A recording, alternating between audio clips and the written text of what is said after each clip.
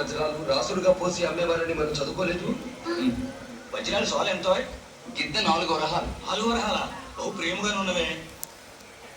ఏమా వరహ అంటే పాతకాలంలో 4 రూపాయలట. అంటే 16 రూపాయలకి సుమారు 100 వజ్రాలు. అంత చీపా? నా దగ్గర 1000 రూపాయలు ఉన్నాయి. వజ్రాలు తీసుకోదామా? నీ రూపాయి కాగితాలు ఇక్కడ 4 గీసుకోవడానికి కూడా పనికిరావు. అదో గొడవ ఉందా? వజ్రాలే ఇంత చీప్గా ఉంటే మరి పట్టు చీరలు అవి? పట్టు చీర 10 పైసలు ఉండొచ్చు. 1,00,000 చీరలు మోసుకుపోదామని ఐడియా నమ్మకు. పద.